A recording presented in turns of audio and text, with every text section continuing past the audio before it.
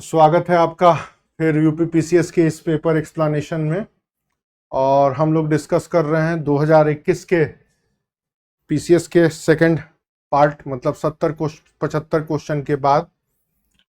एक दो दिन थोड़ा व्यस्तता बहुत ज़्यादा रही, इसके वजह से मैं लाइव नहीं आ पाया।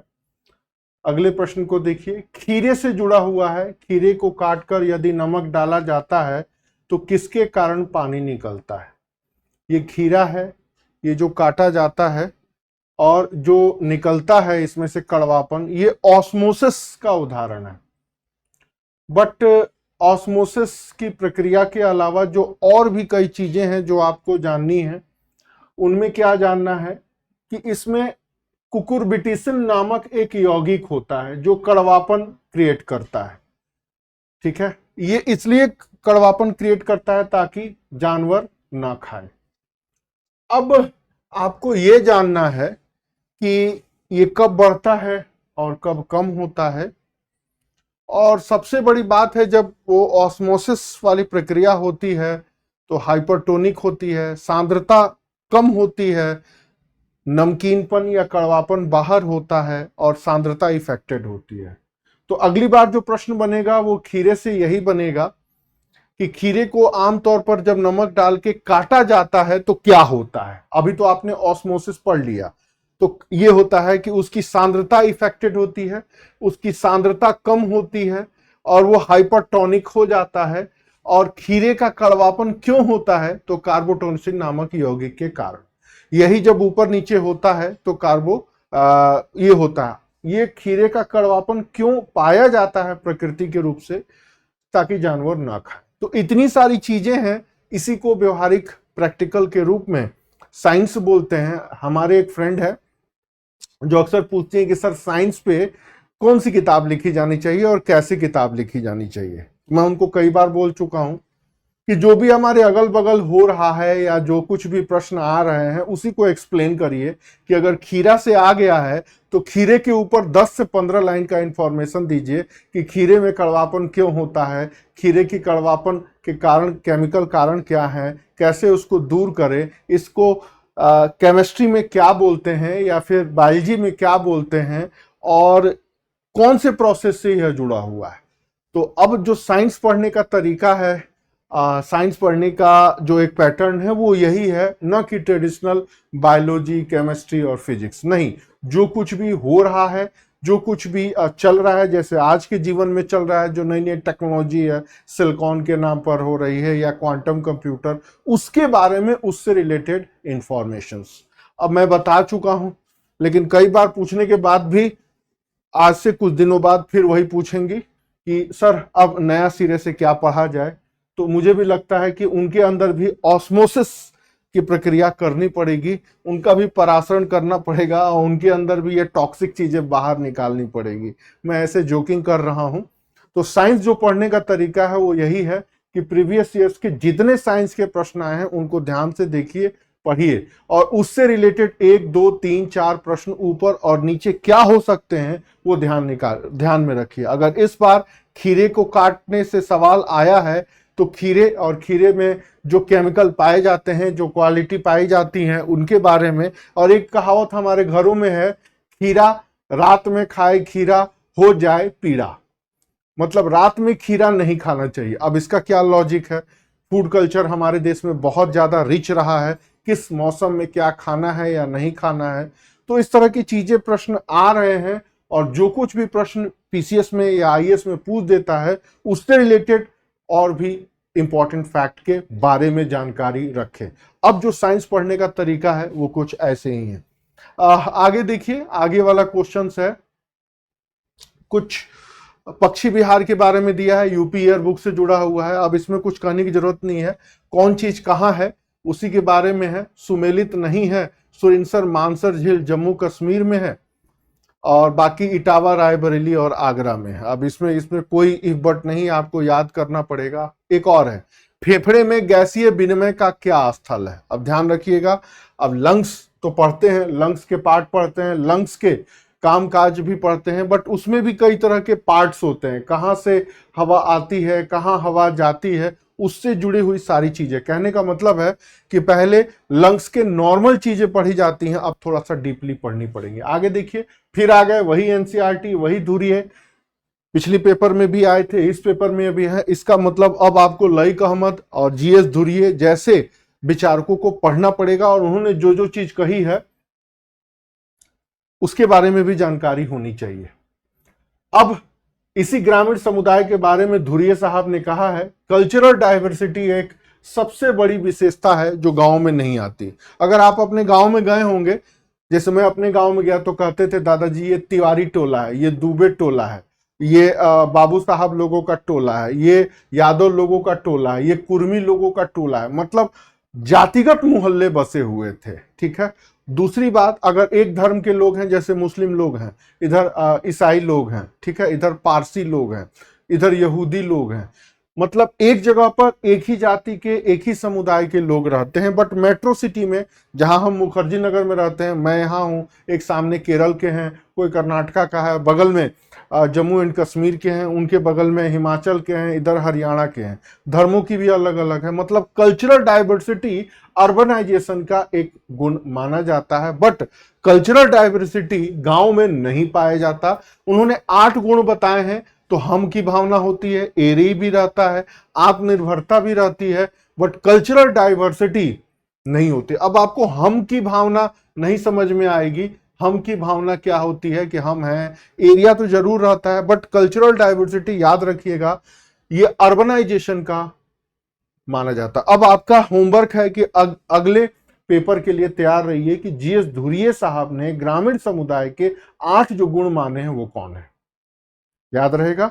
तो अगली बार टेस्ट पेपर में ये प्रश्न मैं आपको डाला हूं। आगे देखिए, कुल पौधे से टापा कपड़ा क्या होता है। भाई टापा कपड़ा मुझे भी नहीं पता था टापा कपड़ा, लेकिन मैं थोड़ा जब मैंने पढ़ने बैठा तब मुझे पता लगा सहतूत के पेड़ से मिलता है, छाल से मिलता है, इनको बार्क क्लॉथ कहा जाता है। अब ये टापा कपड़ा का सबसे बड़ा सेंटर क्या है, तो टापा कपड़े का सेंटर है मेरठ,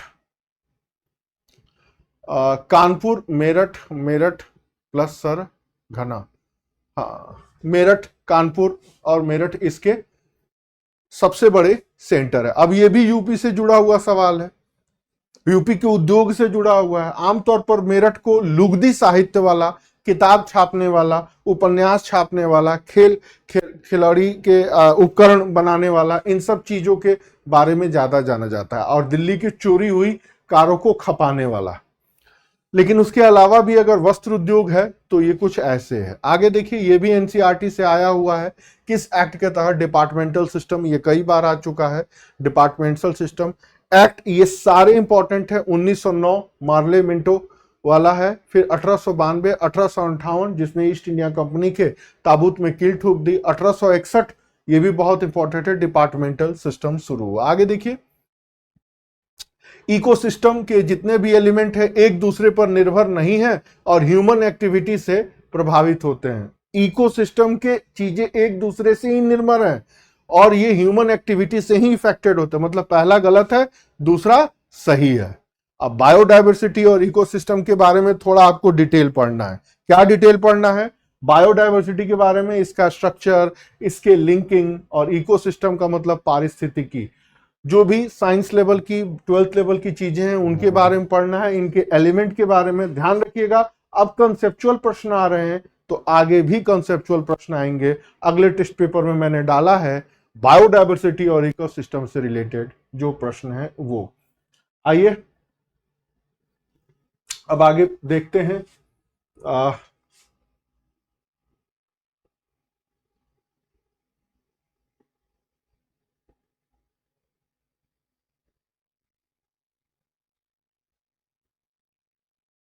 माफ करिए, थोड़ा सा ये गड़बड़ हो गया है, शायद मैंने भेजा नहीं है।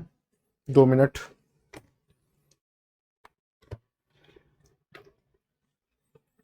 तो थोड़ा सा आपको आइडिया लग गया होगा कि किस प्रकार के सवाल आते हैं और किन प्रकार के सवालों से प्रश्न बनते हैं। तो 2022 का आ गया, हम लोग 2021 में ही हैं। 83, जस्ट ए मिनट मुझे दे दीजिए। पीसीएस का जो ट्रेंड आ रहा है वो थोड़ा सा इस मामलों में कॉम्प्लिकेटेड है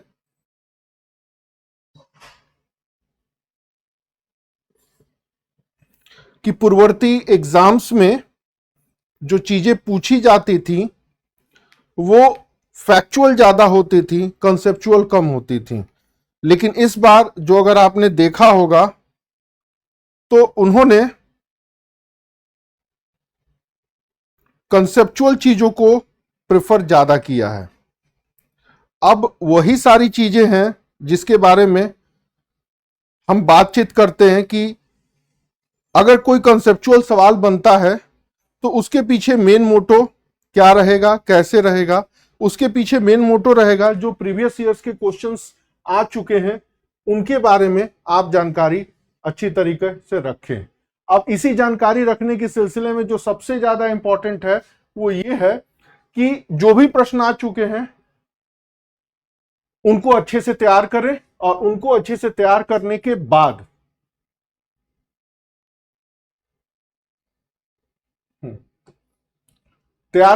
बाद जो उनसे रिलेटेड प्रश्न है उनको भी कॉपी करें और ठीक ढंग से तैयार करें। तो उससे क्या होता है ना कि चीजें एक भी जो है वो गड़बड़ नहीं होती हैं या फिर उसमें कहीं कोई समस्या नहीं आती है। ये हो गया हाँ डाइवर्सिटी। अब आते हैं, ठीक है, अब देखिए अगले प्रश्न को देखिए 84 नंबर। निम्नलिखित में से कौन सी योजनाएं उत्तर प्रदेश के बजट से हैं? अब इसके आने की संभावना नहीं है। सुमेलित करिए इसके ऊपर। कुछ प्रपात हैं उनसे टैली करने की बात। अब ये प्रश्न क्यों आया मुझे इसके बारे में आइडिया नहीं है। ये कुछ प्रपात हैं और ये उनकी नदियां हैं, ठीक है। मैक्सिमम देखिए झारखंड चर्चे में ये आया, ये बूढ़ा घाघ प्रपात जो है ये झारखंड में है और टाइगर रिजर्व है। उस साल की चर्चित घटना यही है और इसी घटना से एक फैक्ट बन सकता था, लेकिन ये क्यों आया, इसका क्या लिंक है, इसका मुझे पता नहीं लग पाया। आगे देखिएगा, एक बार फिर क्वेश्चन आया साइंस का, ठीक है।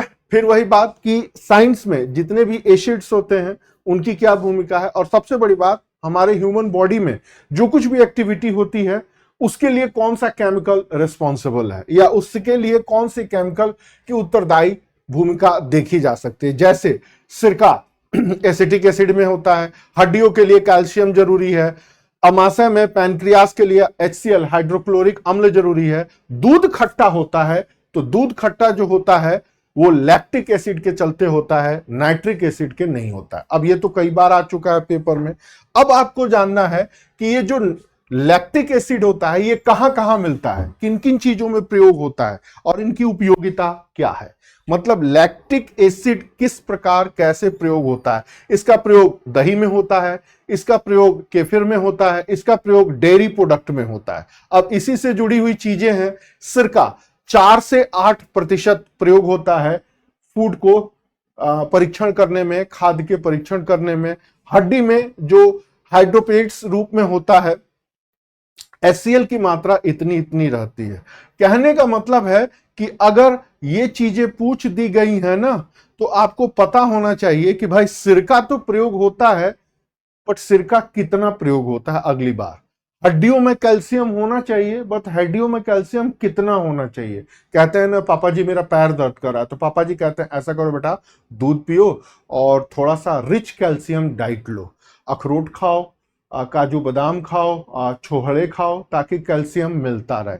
ठीक उसी तरह पैनक्रियाज हाइड्रोक्लोरिक एसिड काम क्या करता है, उसकी कितनी मात्रा रहनी चाहिए, क्या इनका परसेंटेज ऊपर नीचे अगर होता है तो वो परसेंटेज क्या होना चाहिए और उसका क्या इफेक्ट पड़ता है। अब समझ में आ रहा है।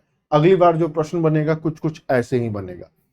ये भी एनसीईआरटी से आया हुआ सवाल है। कुछ कुछ ज्वालामुखी पर्वत हैं और उनका देश लिंक करना है, ये करना है। अब इनकी सबकी विशेषता, भूगोल और चर्चा में क्यों है, इनके बारे में 2-2 लाइन जानना है। अब ये सारे इंपॉर्टेंट हैं, लगभग कई बार आ चुका है। जैसे एटना की क्या क्वालिटी है, माउंट एपी की क्या है, माउंट पेरिकुटीन का क्या है, माउंट रेनर का क्या है। अगली बार जो टेस्ट पेपर में डाला है मैंने इसकी विशेषताओं के बारे में, जैसे हिमालय, उसकी विशेषता है ये बलित पर्वत है, ये अभी बना है, निरंतर बढ़ते जा रहा है, और हिमालय से जो नदियां निकलती हैं वो जल धाराएं बदलने में, एक नदी के द्वारा दूसरे नदी को हड़पने में, कैप्चर करने के लिए माहिर या विशेषज्ञ मानी जाती है। यही 4 लाइन, इसी 4 लाइन के बारे में आपको जानकारी रखनी है। तो अब आगे आने वाले टाइम पीरियड में जितने भी पर्वत हैं, पठार हैं, मैदान हैं, उनमें पर्वतों और विशेषकर ज्वालामुखी पर्वतों के बारे में यह जानकारी आपको होनी चाहिए। आगे देखिए 88 में, अब एलपीजी का अवयव क्या है? तो भाई प्रोपोन है, प्रोपलीन है, ब्यूटिलीन है और ब्यूटेन है, मीथेन के अलावा। अब ये चीजें हैं, अब ये तो एनसीईआरटी से आया हुआ सवाल है, सीबीएसई बोर्ड में भी है, आईसीएसई बोर्ड में भी है, इसके बारे में क्या बताऊं, लेकिन फिर भी मीथेन, इसके अलावा हेक्सेन, ब्यूटेन और पेंटेन, ये कहां प्रयोग होता है? आज इनमें से अगर कुछ भी प्रयोग हो रहा है तो वो क्या हो रहा है, इसकी जानकारी होनी चाहिए। फिर उसके बाद कौन सी नदी गंगा बेसिन का हिस्सा नहीं है? अब देखिए ये भी बड़ा कॉम्प्लिकेटेड क्वेश्चन था। अजय, जोंक, पुनपुन, जलांगी। अब इसमें पुनपुन को छोड़ के मुझे नहीं लगता कि कोई अन्य और नाम बच्चों को पता होगा, बट थोड़ा सा आपको जानना होगा। ये जो गंगा नदी का द्रोणी तंत्र है, बंगाल का द्रोणी तंत्र है, सॉरी ब्रह्मपुत्र नदी का द्रोणी तंत्र है, वो जानना होगा। अब जोंक नदी, महानदी द्रोणी तंत्र का है, उड़ीसा और छत्तीसगढ़ में बढ़ती है, और बाकी ये जुमई आपका बिहार में, और ये जलांगी बिहार क्या नाम है, बंगाल में, पुनपुन फिर बिहार में गंगा नदी का हिस्सा है, जोंक नदी आपके महानदी में। आगे ब्लड में शुगर की मात्रा, ऐसे ऐसे। अब देखिए ब्लड शुगर की मात्रा, लाल पैथ लैब में जाते हैं, ब्लड को चेक कराते हैं।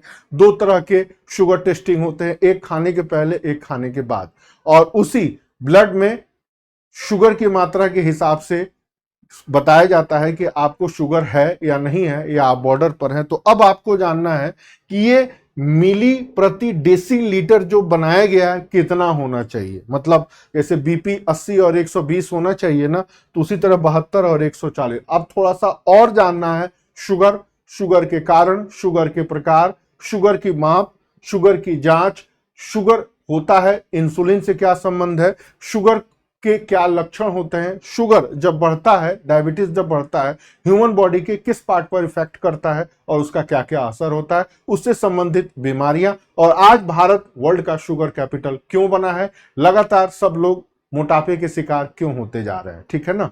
तो साइंस की यही सारी चीजें हैं जो आपको जानकारी होनी चाहिए, मतलब शुगर पर 10 से 12 लाइन का इंफॉर्मेशन आपको होना चाहिए।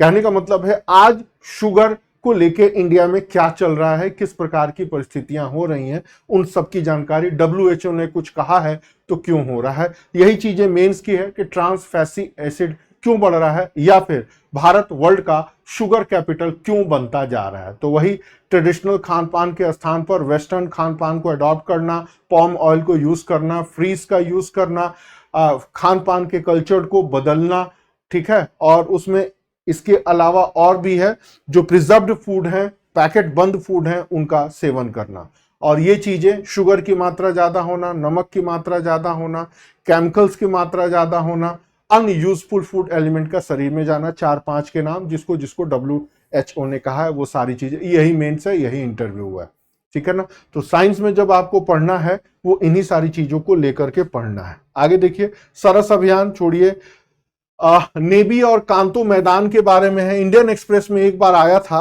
कि जापान में चावल की खेती को लेकर के कई समस्याएं हैं, जापान भी अपने परंपरागत खान पान को छोड़ के कुछ पश्चिमी अमेरिकी खान पान को जब अपनाया तो लगातार चावल का प्रोडक्शन घटा, और आज जापान में चावल बाहर से आ रहे हैं, और उसी चावल की सबसे बड़ी खेती का स्थल है नोबी और कांतो का मैदान। ये जापान के दक्षिण पश्चिम गीफू में है, 3 नदियों का इलाका है, और इसका वाटर लेवल लगातार गिर रहा है, जिसके वजह से जापान अगले 5 से 7 सालों में फूड क्राइसिस से सामना कर सकता है। 2025 का आंकड़ा है, आज है 9 तारीख 2025, बीबीसी जाइए, आज भी इसमें चीजें दिखाई दे रही हैं कि कोरिया से और भारत से और इंडोनेशिया से चावल मंगाए गए हैं, वाटर लेवल डिक्रीज होना। आगे देखिए इंडिया क्लाइमेट चेंज पोर्टल शुरू किया गया एक्सप्रेस पे, नवंबर में शुरू किया गया, वो अलग बात है, बट भारत जलवायु परिवर्तन के लिए क्या कर रहा है, 8 घटक हैं और सभी तरह की जानकारी इसके ऊपर मिल रही है। वो आठों घटक कौन है और इस बार 2025 में इसको लेकर के किस प्रकार की चीजें सामने आई हैं, ये भी आपके टेस्ट पेपर में। मुझे टेस्ट पेपर बनाने में, एक टेस्ट पेपर बनाने में 1 हफ्ते लग गए, कारण इसको रखते थे, इससे रिलेटेड इंफॉर्मेशन निकालते थे, फिर ऑप्शन बनाते थे और तब जाके आज की करंट एक्टिविटी, जैसे जापान वाला मैंने अभी आपको बताया है कि जापान में वाटर लेवल गिर रहा है, जापान एक खाद्य आयातक बना हुआ है या फिर जापान की प्रमुख खाद्य बाहर से मंगाई जा रही है, जो मैंने आज बताई है, उसी तरह इससे रिलेटेड है। आज देखिए भारत के संस्कृति मंत्रालय ने नोएडा उत्तर प्रदेश में किया, अब ये भी पुराना प्रश्न है। आगे देखिए एशियाटिक सोसाइटी ऑफ बंगाल, ये भी एनसीईआरटी से आया हुआ। 1784 में सर विलियम जोन्स के अध्यक्षता में एशियाटिक सोसाइटी ऑफ बंगाल की स्थापना हुई, जिसका मेन उद्देश्य था एशिया के बारे में जानना, प्राच्य के बारे में जानना। अब जोन्स के बारे में जानिए, जोन्स जज भी थे, जोन्स एक भाषा के वैज्ञानिक भी थे और गवर्नमेंट ऑफ बंगाल से रिलेटेड भी थे। तो विलियम जोन्स के बारे में थोड़ी और चीज, कॉर्नवालिस कोड बनाने में विलियम जोन्स की भूमिका सबसे ज्यादा रही। ये जोनाथन डंकन, ये बंबई के गवर्नर भी रहे हैं और पहले बालिकाओं की स्कूल खोलने में इंपॉर्टेंट है। Warren Hasting governor general, William Bentinck भी बंगाल का नहीं, भारत का प्रथम गवर्नर जनरल। ध्यान रखिएगा, बंगाल का गवर्नर लॉर्ड क्लाइव, बंगाल का governor general according to 1773 act Warren Hastings, Bharat का गवर्नर जनरल विलियम बेंटिक 1833 के एक्ट के तहत। फिर उसी तरह सर विलियम जोन्स, भारत के पहले सर्वोच्च न्यायालय के जज, नहीं बंगाल के पहले सर्वोच्च न्यायालय के जज, क्योंकि उस समय विलियम जोन्स के टाइम में बंगाल ही उस समय भारत के ब्रिटिशर्स के कब्जे में था। उसी तरह भारत का पहला governor general viceroy Canning, Bharat का अंतिम गवर्नर जनरल वायसराय माउंटबेटन। तो इसके अंतर जान के रखिएगा, Clive, Warren Hastings, William Bentinck, Canning and Mountbatten, ये 4 का नाम आपको याद होना चाहिए। इसी तरह 4-5 और गवर्नर जनरल है। 2050 के नेट जीरो से है, इसी से जुड़ा हुआ है। अब 2050 के नेट जीरो के लिए कोप की बैठक में भारत ने पंचामृत का कॉन्सेप्ट दिया। भारत ने 2030 के लिए टारगेट किया है, 2050 के लिए और 2070 के लिए। उसी तरह विश्व ने भी किया है, उसी से रिलेटेड ये प्रश्न आया हुआ है। एकदम आसान सा प्रश्न है, 2050 नहीं है, अब 2000 कब है, नेट जीरो ये लाना है। और उत्सर्जन को 0 तक लाना नहीं है, उत्सर्जन को बैलेंस बना करके लेके आना है। और भी कार्बन जीरो का जो मेन एम्बिशन है वो 2070 तक है। और भी चीजें हैं, तो दूसरा स्टेटमेंट सही है, बाकी पहला गलत। ये भी शंकर आईएएस पढ़ ले, या एनवायरमेंट की कोई अच्छी बुक पढ़नी है तो आप शंकर आईएएस के प्रेफर करें, अन्य को नहीं। अगले सवाल को देखिए, मंत्रिपरिषद से जुड़ा हुआ है। मंत्रिपरिषद की उत्तरदायित्व तो लोकसभा के प्रति होती है, चूंकि मंत्री लोगों के प्रतिनिधि समझे जाते हैं और लोगों की प्रतिनिधि का केंद्र है लोकसभा, तो इस वजह से मंत्री लोकसभा के प्रति उत्तरदायी होते हैं, राज्यसभा के प्रति नहीं। तो इस तरह के जो स्टेटमेंट्स आते हैं उसके पीछे यही मंशा रहती है। पहला गलत है और दूसरा सही, मतलब लोकसभा हो या राज्यसभा हो, मंत्री कहीं से भी बन सकते हैं। ये भी एनसीईआरटी से आया हुआ है। बजट से जुड़ा हुआ है, अब तो ये नहीं आएगा, बट इस साल के बजट से जरूर प्रश्न आ सकता है, जो भी हो जैसे भी हो। राज्य लोक सेवा के आयोग के सदस्य को तभी हटाया जा सकता है जब राष्ट्रपति चाहेंगे। ध्यान रखिएगा, लोक सेवा आयोग और राज्य लोक सेवा आयोग एक संवैधानिक संस्था है। और सबसे बड़ी बात, इतने पावरफुल ऑर्गेनाइजेशन में मंत्री लोग अपने आदमी सेट कर देते हैं। उत्तर प्रदेश भी इसका गवाह है और बिहार तो सबसे बड़ा गवाह है। बट एक बार जब उसमें चले गए तो उसका टर्म कंडीशन सब कुछ डिफाइन है, उसके पहले राष्ट्रपति ही उनको धकिया के निकाल सकते हैं, ऐसे नहीं। तो उच्चतम न्यायालय जांच करेगा, उसके बाद राष्ट्रपति उसको हटाएंगे। बट किस आर्टिकल में है, क्या है, वो भी मैंने लिख दिया। ध्यान रखिएगा, नियुक्त करने में राज्यपालों की भूमिका होती है, हटाने में सुप्रीम कोर्ट और राष्ट्रपति की होती है। आगे देखिए, काला सागर लगातार चर्चे में है और अभी भी चर्चे में है। काला सागर यूरोप और एशिया को जोड़ता है। काला सागर से ये देश शामिल है। काला सागर की एक नदी है जो इन अंतरराष्ट्रीय नदी के बारे में जानी जाती है। काला सागर ही है जिसके बगल में यूक्रेन है, टर्की है, रूस है, रोमानिया है, जॉर्जिया है और बुल्गारिया है। ये अभी भी चर्चे में है। बुल्गारिया और रूस की तनातनी अभी सामने है। जॉर्जिया, रोमानिया और टर्की भी रूस के साथ कैसे संबंधों को निभाना है उसके ऊपर वैचारिक मंथन का दौर चल रहा है। और रूस और यूक्रेन की तनातनी पिछले 2-3 सालों से तो जारी है ही। तो अभी भी इंपॉर्टेंट है। ज्योग्राफी बहुत इंपॉर्टेंट होता है किसी की भी एरिया के जियोपॉलिटिक्स को डिसाइड करने में। और बाकी ये नदी, तो इनके बारे में भी जानिए।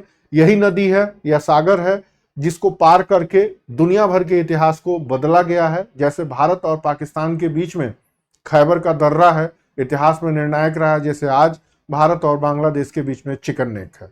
तो इसके बारे में जानकारी होनी चाहिए। आगे कौन कौन व्यक्ति कब आए, फिर आ गए हमारे यहाँ लईक अहमद और सतीश चंद्रा। ध्यान रखिएगा ये फैक्ट सिर्फ उसी में मिलेगा। अब जैसे आप देखिए हॉकिंस, फिंच, टॉमस रो के बारे में तो जानते हैं, निकोलस डाउंटन के बारे में मैंने भी नहीं सुना था। फिर जब मैंने किताब पढ़ी तो मुझे लईक अहमद में मिली, भूल गया था, ग्रेजुएशन में पढ़ा था। भारत आने वाला पहला जो अंग्रेज यात्री है वो है आपका रॉल्फ फिंच। अब रॉल्फ फिंच के बाद ये आया, ये मैं भूल गया। टॉमस रो और विलियम हॉकिंस तो पता है, हॉकिंस और रो कब आए, कैसे आए। सबसे पहले हॉकिंस आया। बेवड़े बादशाह को उसने क्या दिया, मैंने आपको बताया। बेवड़े बादशाह को उसने दिया एक बढ़िया दूरबीन, एक चढ़ने के लिए भग्गी, एक देसी दारू और 2 गोरी अंग्रेज औरतें गिफ्ट किया। तो बेवड़ा बादशाह खुश, फरमान जारी कर दिया, टर्की भाषा में बात किया। सर थॉमस रो एक पादरी भी थे, एक बिजनेसमैन भी थे, एक ब्रोकर भी थे और एक प्रोस्टिट्यूट का बिजनेस भी करते थे इंग्लैंड में। अजब देश की गजब कहानियां। 3 पता होगा, चौथा नहीं पता होगा। रॉयल फिंच एक बिजनेसमैन था जो घूमने फिरने व्यापार करने के चक्कर में आया था। थॉमस रो, विलियम हॉकिंस दोनों ईस्ट इंडिया कंपनी से रिलेटेड थे। निकोलस डाउंटन के बारे में मुझे ज्यादा आइडिया नहीं है। रॉयल फिंच एक यात्री था, विजिटर था। ये यात्री कम, धर्म प्रचारक ज्यादा होते थे, बिजनेसमैन के रूप में घूमते थे, धर्मों के बारे में जानकारी इकट्ठा करते थे। और यहाँ धर्म प्रचार कैसे हो सकता था, फिर घुसपैठिया कर। जैसे सूफी संत जो हैं वो भी यही काम करते थे, चाहे वो ख्वाजा मुइनुद्दीन चिश्ती हो, बाबा फरीद हो, निजामुद्दीन औलिया हो, गिसूद राज हो। पहले ये घूमते थे, धार्मिक चीजों के बारे में पता लगाते थे, फिर अपनी सेना का मार्गदर्शन करते थे। जैसे अलाउद्दीन खिलजी का पूरा मार्गदर्शन औलिया ने किया था, उसी तरह मोहम्मद गोरी का पूरा मार्गदर्शन चिश्ती ने किया था। तो लंबी इनकी भूमिका है। अब मिडिल ईस्ट का पूरा इतिहास ही ऐसा है, तो वो बीते जमाने की बात हो गई है। तो ये ऐसे है। अगला प्रश्न देखिए, पूंजी निर्माण के बारे में पूछा है, किसी की पूंजी निर्माण क्या, कैसे, किस तरह। तो मैं भी इस देश के लिए एक एसेट्स हूं, मैं भी इस देश के लिए संसाधन हूं। तो पूंजी निर्माण के लिए क्या क्या चाहिए, बचत चाहिए, निवेश चाहिए, ऑर्गेनाइजेशन चाहिए और भी कई तरह की। पिछली बार पूछा था कि पूंजी निर्माण के लिए क्या नहीं चाहिए, तो ब्यूरोक्रेट्स, नौकरशाही नहीं चाहिए, बाकी तो होता ही है। तो एनसीईआरटी का नॉर्मल सा सवाल है, सवाल आता ही आता है, 9th या 10th क्लास की एनसीईआरटी से आया हुआ है। आगे देखिए, कुछ बायो रिजर्व एरिया है और इस बायो रिजर्व एरिया में दर्जनों बार यह प्रश्न आ चुका है, बायो रिजर्व एरिया कहां है, कैसे है, किस तरह। अब अगली बार फिर आप तैयार रहिए, इन सारे बायो रिजर्व की भूमिका क्या है, इन सारे बायो रिजर्व की कैरेक्टर या विशेषता क्या है, अब ये जानना। जैसे नंदा देवी क्यों फेमस है, सिमलीपाल क्यों फेमस है, पंचमढ़ी क्यों फेमस है, ये टेस्ट पेपर में भी डाला है, हालांकि ये कई बार पूछा जा चुका है। आगे फिर आया, बिपिन चंद्र से आया हुआ सवाल है, 1926 में भारत नौजवान सभा का कौन सदस्य नहीं था। अब बिपिन चंद्र 2 हैं, एक एनसीईआरटी और एक ग्रेजुएशन वाली स्वतंत्रता संघर्ष। ये स्वतंत्रता संघर्ष में ध्यान रखिएगा, भगत सिंह, छबीला दास और यशपाल ये लोग भी थे। भगत सिंह ने भारत युवा संघ बनाया था, इसका मर्जर इस संस्था में ऑल इंडिया यूथ फेडरेशन में कर दिया। अंबिका चक्रवर्ती कम्युनिस्ट पार्टी ऑफ इंडिया के मेंबर थे। ये इसलिए इंपॉर्टेंट है कि अंबिका चक्रवर्ती उसी साल मरे थे, इसलिए सवाल आ गया। अब भगत सिंह की आत्मकथा मैं नास्तिक क्यों हूं, उसके बारे में भारत नौजवान सभा, Hindustan socialist Republican army, Hindustan Republic army, उसके बाद असेंबली बम कांड, सैंडर्स की हत्या, 1931 में कब फांसी दी गई, 2 फरवरी को फरवरी में चंद्रशेखर आजाद को इलाहाबाद में इनकाउंटर किया गया और फिर 29 मार्च को भगत सिंह को फांसी हुई, लाहौर जेल में हुई। इतनी जो फैक्ट हैं जो आपको जानना होगा। क्रांतिकारी आंदोलन विदेशों में क्रांतिकारी आंदोलन, विश्व युद्ध के पहले, विश्व युद्ध के बाद, और फिर इनका एक कंट्रीब्यूशन भी आ जाता है। अगली बार आपसे पूछ देगा कि विदेशों में चलने वाले क्रांतिकारी आंदोलन की प्रमुख देन क्या है, तो मैडम भीखाजी कामा भारत के नक्शे को लेके आने वाले, याद रहेगा। उसी तरह भगत सिंह समाजवादी दर्शन के देना, पूर्ण स्वराज की मांग, तो ये सारी चीजें आ सकती हैं, अगली बार तैयार रहिए। इंडोनेशिया के कुछ आइलैंड के बारे में पूछा है। अब ये क्यों पूछा है मुझे इसके बारे में आइडिया नहीं, बट ये भी एनसीईआरटी में दिया है। खारे पानी की झील के बारे में पूछा है, तो खारे पानी की झील की सबसे बड़ी झील है सांबर झील, अंतर्देशीय झील है, राजस्थान में है, जयपुर में है, 6 नदियों से घिरा हुआ है। अब इतनी सारी झीलों की विशेषता जानी, जैसे बुलर झील जम्मू कश्मीर में है, लोनार झील महाराष्ट्र में है, और एशिया की सबसे बड़ी झील चिल्का झील है जो कि उड़ीसा में है। तो इतनी सारी चीजें हैं, इन सभी झीलों के बारे में 2-2, 3-3 लाइन याद रखनी चाहिए या जानकारी होनी चाहिए। आप लोग क्या करते हैं कि कोई भी कुंजी टाइप की किताब उठाते हैं और रटना शुरू कर देते हैं, नहीं, रटिए मत।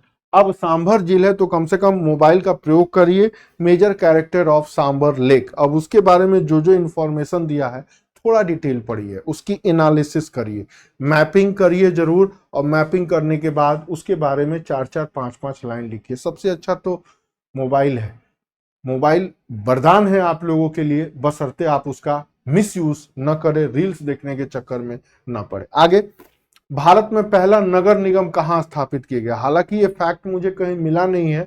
मद्रा एक जगह था, चेन्नम्मा देवी को जनरल मद्रा ने टेक ओवर किया और उसका नाम मद्रास रखा। 1688 में इसको सबसे पहले डचों ने लिया था, बाद में अंग्रेजों को डचों ने बेच दिया। 1726 में यहां पर नगर निगम बना, कलकत्ता में, माफ करें, 1688 में मद्रास में पहला नगर निगम बना, बाद में कलकत्ता और बॉम्बे में भी 1726 में धीरे धीरे कन्वर्ट हुआ। ये जैसे कोलकाता, सूतानाथी, गोविंदपुरी एंड कालीकाटा, ये 3 आइलैंड थे और इन तीनों को मिला के कलकत्ता अंग्रेजों ने नाम दे दिया। बॉम्बे मुंबा देवी का एक पर्टिकुलर इलाका था, पहले पुर्तगालियों ने जीता, फिर बाद में उसको दहेज में इंग्लैंड के राजकुमार को दे दिया और इंग्लैंड के राजकुमार ने भाड़े पर ईस्ट इंडिया कंपनी को दे दिया, तो मुंबा से बना मुंबई। अभी जो शिवसेना वाले कहते हैं बॉम्बे बोला उन्होंने। ठीक उसी तरह नाम में भी होता है, चेन्नम्मा से बना है चेन्नई और मद्रा से बना है मद्रास। तो जनरल मद्रा ये अंग्रेज था या सॉरी डच था, जो भी हो, यूरोपियन था। नोबेल पुरस्कार अमर्त्य सेन के बारे में थोड़ा सा जानना है। 2021 में इनसे रिलेटेड पूछा क्योंकि 1 अगस्त 2020 को ये ऊपर चले गए थे। इन्होंने कई सारी किताबें लिखी हैं।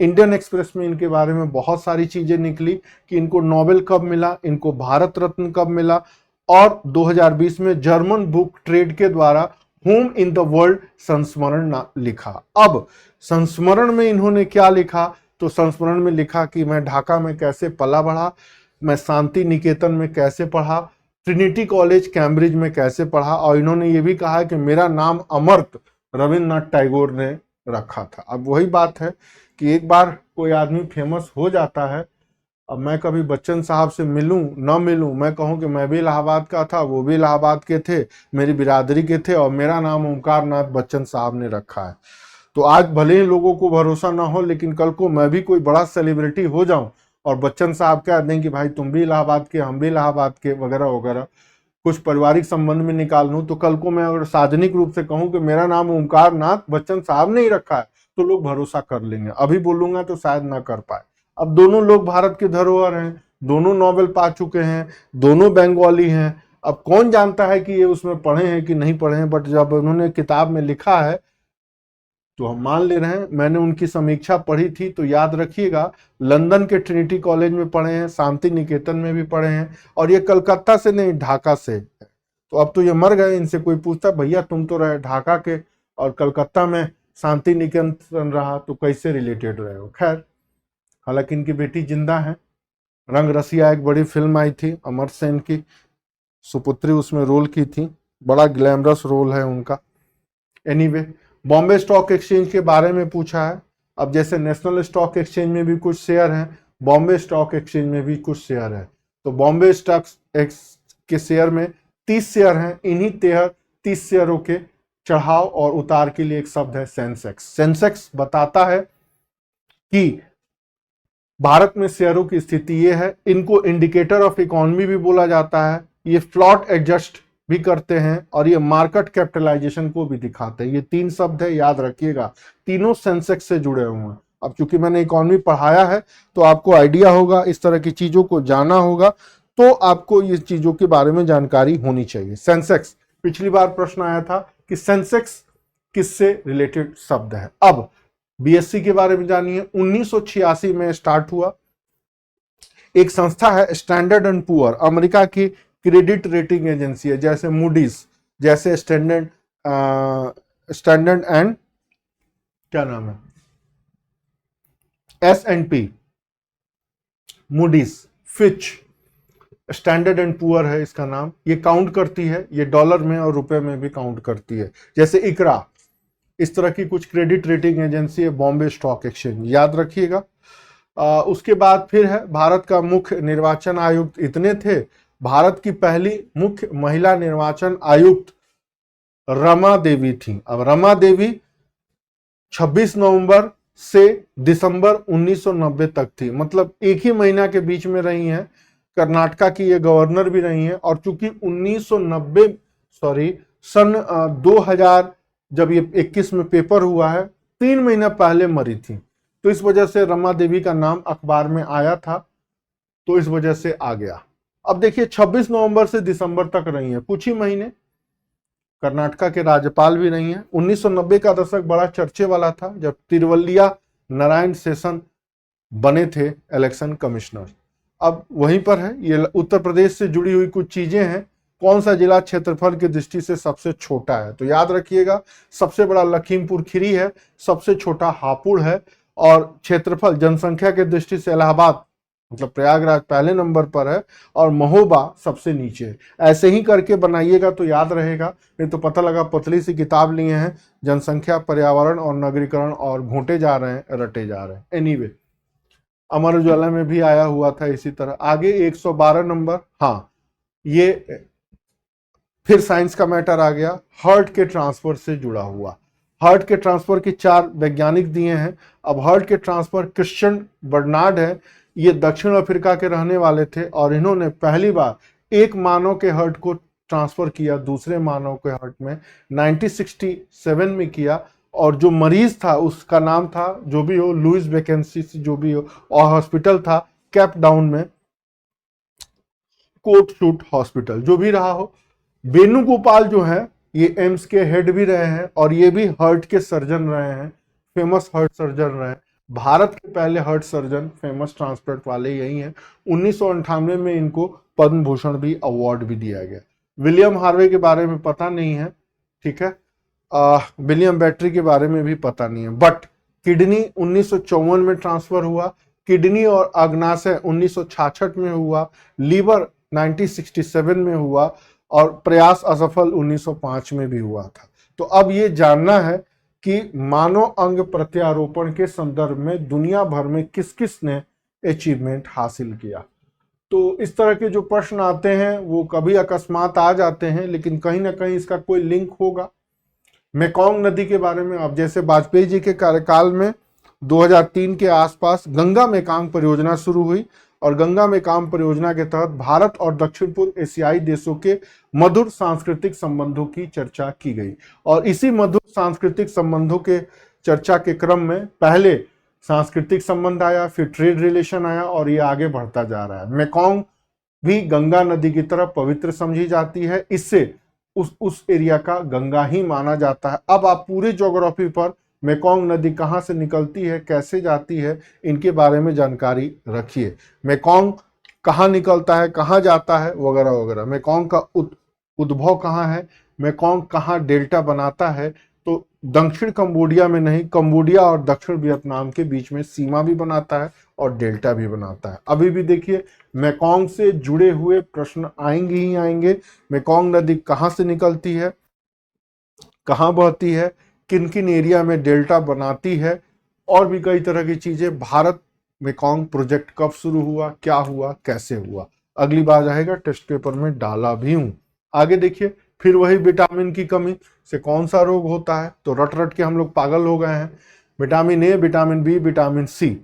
अब सामान्य दृष्टि के लिए बचपन से कहा जाता था आंवला खाओ आंवला खाओ आंवला खाओ, बट आंवला क्यों खाओ? तो आंवला खाने की जरूरत है कि आंख की रेटिना में वर्णक पैदा होता है। अब उसी के बारे में जानना है, रेटिनल क्यों चाहिए? रेटिनल जरूरी है स्वस्थ दांत के लिए, रेटिनल जरूरी है कंकाल के लिए, रेटिनल जरूरी है नरम ऊतक के लिए, रेटिनल जरूरी है श्लेष्म झिल्ली के लिए, रेटिनल जरूरी है स्किन ग्लो करने के लिए।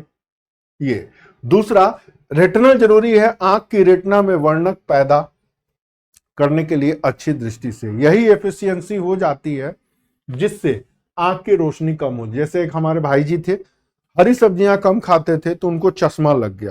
तो डॉक्टर जो बोलते हैं ना, हरी सब्जियां खाओ, कच्ची सब्जियां खाओ, आंवला जरूर खाओ, आंवले से आंख की रोशनी अच्छी होगी और बाल भी सिल्की होंगे, डैंड्रफ भी नहीं पड़ेगा, मजबूती होगी।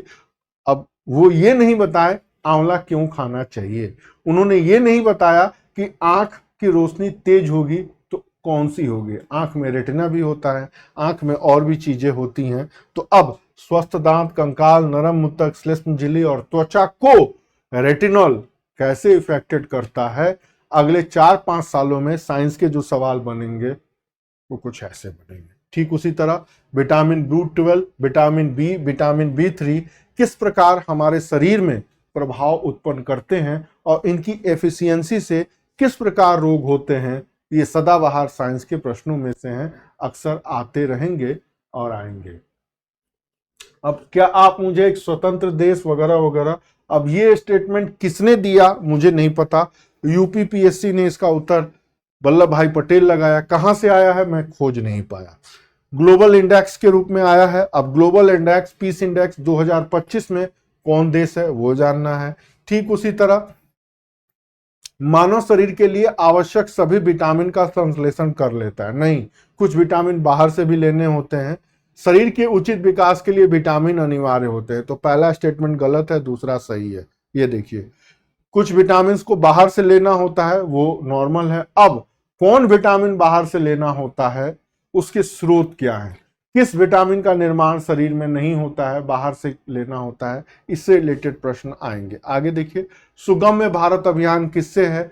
दिव्यांग व्यक्तियों से। 2016 का एक्ट बना और इसी के तहत उनके वेलफेयर के लिए प्लान भी बना, रिजर्वेशन भी दिया गया, वगैरह वगैरह। आगे, विद्युत विभव का मात्रक कौन है? मुझे नहीं पता। V=Q/U होता है तो क्यों है? सदिश राशि, अदिश राशि, मैं आज तक मैं नहीं रट पाया तो मैं आपसे कैसे कहूं कि किसी भी ल्यूसेंट टाइप की पत्रिका से क्यों रटे।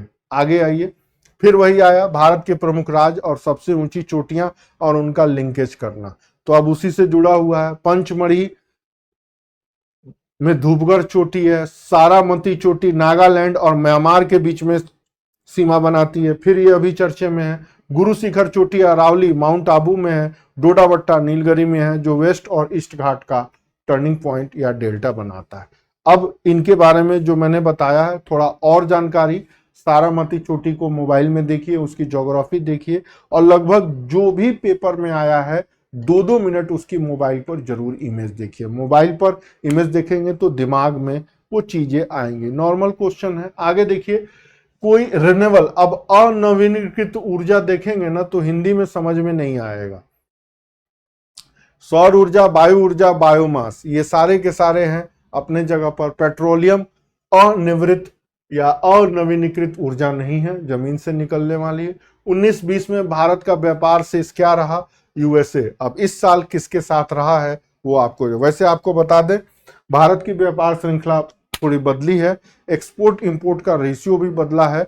मिडिल ईस्ट में सऊदी अरब और क्या नाम है यूएई के कुछ रैंक भी बदली है। आगे, सिविल सेवाओं में सुधार हेतु होता कमेटी बना है। हाँ, होता कमेटी ने ही कहा था कि स्किल्ड लोगों को लेके आइए, एमबीए एमसीए, प्रोफेशनल्स लोगों को लेके आइए और उत्कृष्ट लोगों को लेके आइए, और हम जैसे जो सोशल साइंस वाले पीजी वाले हैं इन ससुरों को बाहर करिए, बहुत पॉलिटिक्स करते हैं। और उसी के बाद से सीसेट लागू हुआ और उसी के बाद से हिंदी बिल्ड का रिजल्ट कम हो रहा है। और आज भी इस बात में कहीं कोई दो राय नहीं है कि हिंदी मीडियम के साथ सोशल साइंस के साथ दोहरा व्यवहार होता है। अब उसके लिए कुछ हिंदी मीडियम वाले भी हैं जो जा करके लवासना में पॉलिटिक्स जारी करते हैं।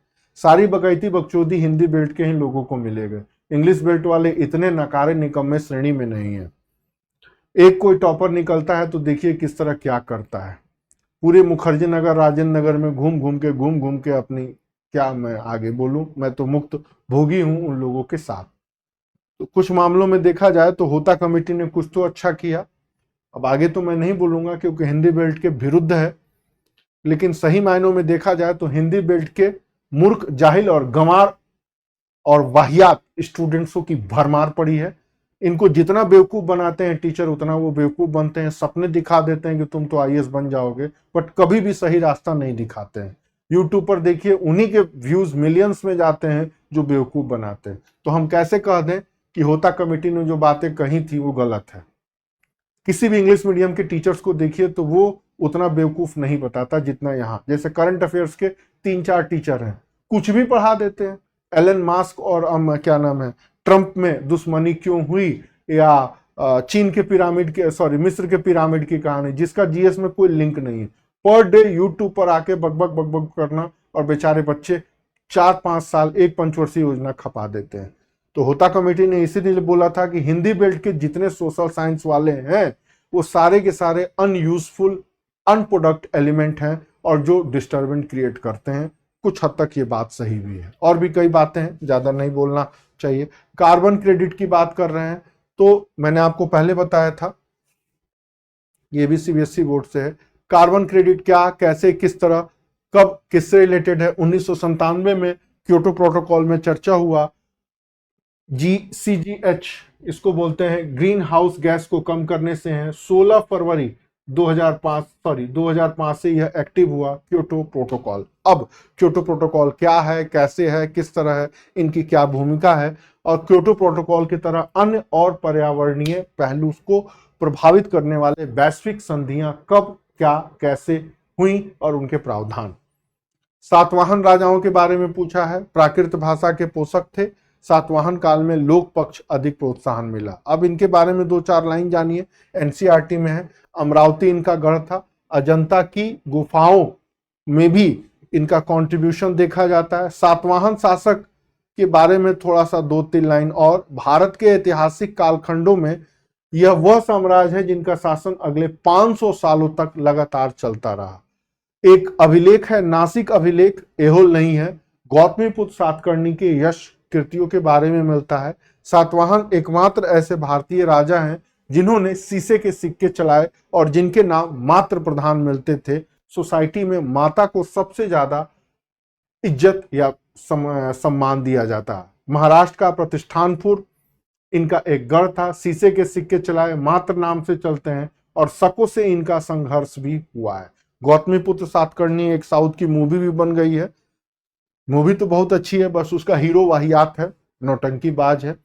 ऐसी फिल्में बननी चाहिए जो इतिहास के अंदर से निकले। तो 500 साल, ध्यान रखिएगा, 200 साल रहा है शासन लगभग मुगलों का, 165 रहा है मुगलों का और सल्तनत काल का। मुगलों के बारे में सब जानते हैं, उनकी धोती से लेकर के उनका पजामा तक और कुर्ता तक, उनके दांत भी, बाबर के माथे में जुआ भी, ये सब भी पढ़ते हैं, बट सातवाहन के बारे में आपको कोई जानकारी नहीं है। आगे 126 कौन सा प्रकाश पराबैंगनी किरणों को काटता है? सर विलियम क्रुक्स ने खोजा था, सिलिका और सोडियम। मुझे ज्यादा जानकारी इसके बारे में नहीं है।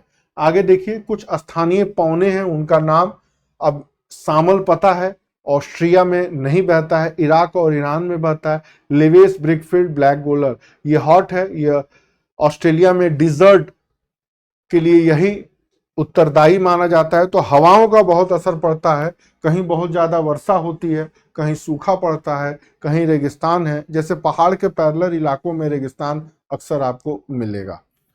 तो इनका ये है, बस नॉर्मल चीजें हैं, याद हो तो ठीक है, नहीं तो छोड़ दीजिए। 128 में कुछ सीटें दी गई हैं राज्यसभा के प्रतिनिधि। अब इस साल जहां भी विधानसभा के चुनाव हुए हैं उनकी सीटें, विधानसभा के मुख्यमंत्रियों के नाम, उप मुख्यमंत्रियों के नाम, स्पीकर्स के नाम, राज्यपालों के नाम। इसमें सबसे ज्यादा इंपॉर्टेंट है उप मुख्यमंत्री, क्योंकि लगभग प्रत्येक राज्यों में उप मुख्यमंत्री कंपलसरी होते जा रहा है, जो सामाजिक न्याय और गठबंधन की राजनीति का एक नया इंडिकेटर है। कुछ 2021 का है, इस साल किसको ऑस्कर मिला, कैसे मिला, कुछ चीजें कोरिलेट की जा रही हैं। स्थान और जनजाति अगर याद है तो ठीक है, एनसीईआरटी में भी दिया हुआ है, नहीं याद है तो भी ठीक है, छोड़ सकते हैं। आगे देखिए 131 फिर आ गए पंचायती राज, फिर वही जनता पार्टी, फिर वही नरसिम्हा राव, फिर वही राजीव गांधी, वही बलवंत राय मेहता, वही अशोक मेहता और वही जीके राव। इनका नाम याद सब करना है। जीके राव को एस्टैब्लिश किए गए थे 85 में, रिपोर्ट दिए थे 86 में। अशोक मेहता ने 2 स्तरीय बताया था मैंने, क्यों? सिंधवी ने 1986 में दिया, बलवंत राय मेहता ने 52 में गठित हुआ, 57 में दिया। एनसीईआरटी पढ़ेंगे, उसमें पूरा डिटेल दिया हुआ है। अब उत्तर प्रदेश में राज्य लोक सेवा आयोग के कार्य का विस्तार कर सकते हैं, किसके द्वारा? उत्तर प्रदेश के विधानमंडल के नियमों के द्वारा। केंद्र इसमें कोई घुसपैठ नहीं कर सकता। आगे देखिएगा, तीस्ता नदी पहले गंगा की सहायक नदी थी, आजकल ब्रह्मपुत्र की सहायक नदी है। नदी अपहरण हिमालय के नदियों का प्रमुख कारण। अभी मैंने बताया आपको हिमालय के बारे में, बलित पर्वत है, पर्वतों में सबसे नया पर्वत है, अभी भी इसकी ऊंचाई बढ़ ही रही है। इसकी नदियां सदाबहार मानी जाती हैं, इसकी नदियां धारा बदलने में माहिर मानी जाती हैं, इसकी नदियां एक दूसरे के संगम जरूर बनाती हैं और इसकी नदियां एक दूसरे को कैप्चर अपने में मिला भी लेती हैं। आ गया ना सवाल? यही 7-8 लाइन है जो आपको जानना है। आगे देखिएगा, भारत के वित्त आयोग का प्राथमिक कर्तव्य क्या है? संविधान के अनुच्छेद 280 में एक अध्यक्ष 4 मेंबर हैं और फाइनेंस का डिस्ट्रीब्यूशन करना है सेंट्रल और स्टेट में, मतलब सुझाव देना है। अब ये जो सवाल है, ये वाला नदी अपहरण वाला, ये मैं बता दूं, ये बंगाल के विश्वविद्यालय ने दावा किया है कि हिमालय की नदियों का मार्ग निश्चित नहीं है, बदलाव होता है, नदियों पर कब्जा भी करती हैं। बहुत पहले मेजर जेम्स रेनॉल्ड ने नदियों का मैप बनाया, तो रेनॉल्ड का भी नाम आपको पता होना चाहिए। जब मैंने ये नदी अपहरण वाली घटना को पूरा पढ़ा तो उसी साल ये रिपोर्ट आई थी। बंगाल में तिस्ता नदी बैठती है, तिस्ता और फेनी पर समझौते हो रहे थे, उसी के ऊपर ये चीजें उभर करके आई थी भारत और बांग्लादेश में। 135 नंबर का सवाल देखिए, मजदूर अधिनियम से जुड़ा हुआ है, इस साल भी लेबर लॉ में आया है। 29 प्रकार के लेबर लॉ थे जिनको बदल करके 4 भागों में, 4 नियमों में डाला है। अब उसी में ये चीजें हैं, न्यूनतम मजदूरी भी है, बोनस भी है, कॉन्ट्रैक्ट पर नहीं है और समान पारिश्रमिक पुरुष और स्त्रियों के लिए। आगे देखिए 136 नंबर, कानपुर षड्यंत्र केस, कम्युनिस्ट पार्टी के नेताओं को फंसाने के लिए यह था और इसमें मुजफ्फर अहमद भी थे, नलिनी गुप्ता भी थी, शौकत उस्मानी थे, अंसारी साहब नहीं थे, नेहरू भी इन सारे लोगों को बचाने के लिए इलाहाबाद में इनका केस लड़े। जनगणना 2011 के आंकड़े से पूछा है, सबसे ज्यादा जनसंख्या उत्तर प्रदेश 16% है और 19 करोड़ के आसपास, 20 करोड़ के आसपास यहाँ की जनसंख्या है। 138 पर देखिए, कुछ आर्टिकल्स हैं टैली करने के लिए दिया हुआ है। अब इसमें अगर ध्यान दें तो ये सारे आर्टिकल्स उस साल के चर्चित आर्टिकल्स में से है और सबका उल्लेख एनसीईआरटी में दिया है। सहकारी सोसाइटी, इनसे वो चीजें हैं, अब देख लीजिएगा उसमें, इसमें कुछ भी नया बताने लायक नहीं है। फिर ईयर बुक से सवाल आया है अंटार्कटिक शोध संस्थान के बारे में, तो ध्यान रखिएगा अंटार्कटिका में भारत का शोध संस्थान चल रहा है। एक्टिव हुआ था 1988 में भारती और मैत्री, 2012 में भी पहल की गई है, 2007 में पहल हुई थी लेकिन सक्सेसफुली नहीं हुई है। इस शोध संस्थान का एम्बिशन है बर्फ की आयु, बर्फ के पिघलने की दर पता लगाना। 1983 में दक्षिणी गंगोत्री स्थापित किया गया था और अभी भारती और मैत्री बनाया गया है इसके बारे में। लेकिन इनका एम्बिशन क्या है, भारत सरकार ने अपना रिसर्च स्टेशन वहां क्यों बनाया, इसके बारे में आपको जानकारी होनी चाहिए। 140 ओलंपिक में भारतीय खिलाड़ियों का प्रदर्शन, अगर इस बार भी किसी का प्रदर्शन हुआ है तो जानिए। 141 नॉर्मल, नीति आयोग के जिला आकांक्षी कार्यक्रम में उत्तर प्रदेश की जिला। अब नीति आयोग की इस बार जो भी रिपोर्ट आई है उस रिपोर्ट में उत्तर प्रदेश कहां कैसे किस रैंक में है उसकी जानकारी। 142 वर्ल्ड पॉपुलेशन रिपोर्ट में किसने जारी किया, मैंने आपको पहले बताया है, international monetary fund, world bank, world economic forum, UNCTAD जैसे कुछ जो भी वैश्विक संस्थाएं हैं, एडीबी इंक्लूडिंग एडीबी, जो भी रिपोर्ट जारी करती हैं उसकी जानकारी होनी चाहिए।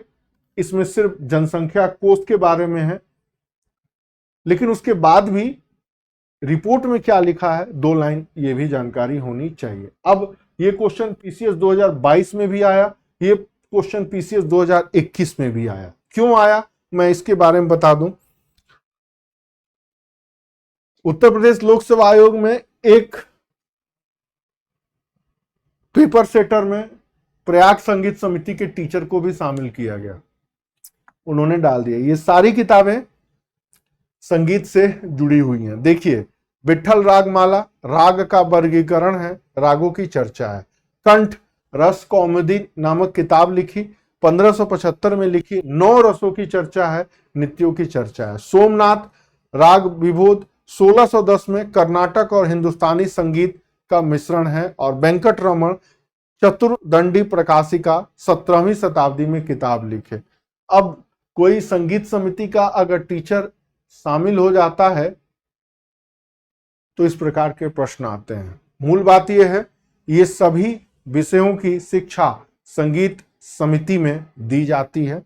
अब जरूरी नहीं ना है कि आप जाने, लेकिन कोई प्रश्न अगर 2 बार आ जाता है तो आपका दायित्व तो बनता है कि उस प्रश्न के बारे में थोड़ा सा जानकारी रखें। ये सारे पुस्तकें गीत संगीत से जुड़ी हुई हैं। 144 नॉर्मल सा प्रश्न है, राष्ट्रपति के बारे में है।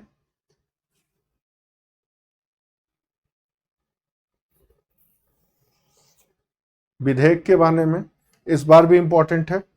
विधेयक राज्य में कैसे बनते हैं, केंद्र में कैसे बनते हैं, राज्य के राज्यपालों के द्वारा राष्ट्रपति हेतु सुरक्षित विधेयकों के बारे में क्या स्टैंड है, वही है। राष्ट्रपति लोकसभा के साधारण निर्वाचन के पश्चात प्रथम सत्र, प्रत्येक वर्ष के प्रथम सत्र में दोनों सदनों की संयुक्त बैठक को संबोधित करते हैं। राष्ट्रपति अपने अभिभाषण में संसद को उसके आने के कारणों को बारे में सूचित करते हैं। दोनों सही है, इस आर्टिकल से हैं। बट अब चूंकि कॉन्सेप्चुअल है, अब इस साल 1.5 सालों में जो भी घटनाएं घटी हैं उसके बारे में आपको जानकारी होनी चाहिए। मैं कुछ चीजें बता रहा हूं, जैसे संविधान बनाम मनुस्मृति की लड़ाई, जैसे केंद्र के द्वारा राज्यों सूची के विषय में कानून बनाने की पहल, केंद्र के द्वारा राज्यों को हस्तक्षेप करने की परंपरा, CBI, ED, national investment agency, राज्यपाल और इनकम टैक्स के माध्यम से, राज्य सूची के विषय पर कानून बनाने की प्रमुख शर्तें, और भी कई तरह की चीजें वो मिलाने के लिए दे सकता है। 145 फिर कोविड-19 पर रिपोर्ट आई, अब तो नहीं आएगी। लौंग, अब लौंग के बारे में जानिए भाई, लौंग कई बार आ चुका है, फूलकली। अब लौंग के बारे में जानिए, ये माइटेसी फैमिली का है, सीजियमी एरोमेसी गुण पाए जाते हैं और इंडोनेशिया का मालुक द्वीप इसका मूल पाया जाता है। बट इस बेवकूफ को कौन कहे, रामायण में भी लौंग की चर्चा है। अब रामायण पुराना है या इंडोनेशिया, जैसे कहा जाता है ना, भारत में जलेबी मुगल लेके आए और यहाँ ऋग्वेद में जलेबी का वर्णन है। अब इससे बड़ी बात और क्या होगी, भारत में मक्का पुर्तगाली लेके आए और यहाँ रामायण में मक्के की जरूरत है कि बजरंगबली मक्का खा रहे हैं।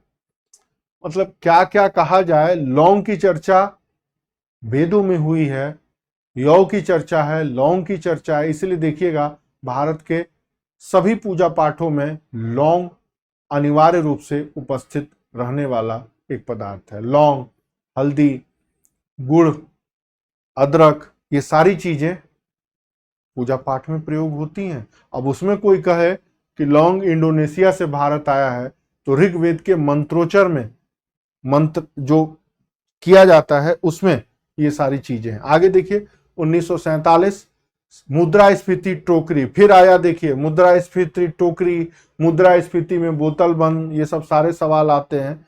कौन इंडिकेटर है, किसके बेस पर बनता है, तो सामूहिक उपभोक्ता मूल्य सूचकांक, इनको कंज्यूमर प्राइस इंडेक्स बताया जाता है।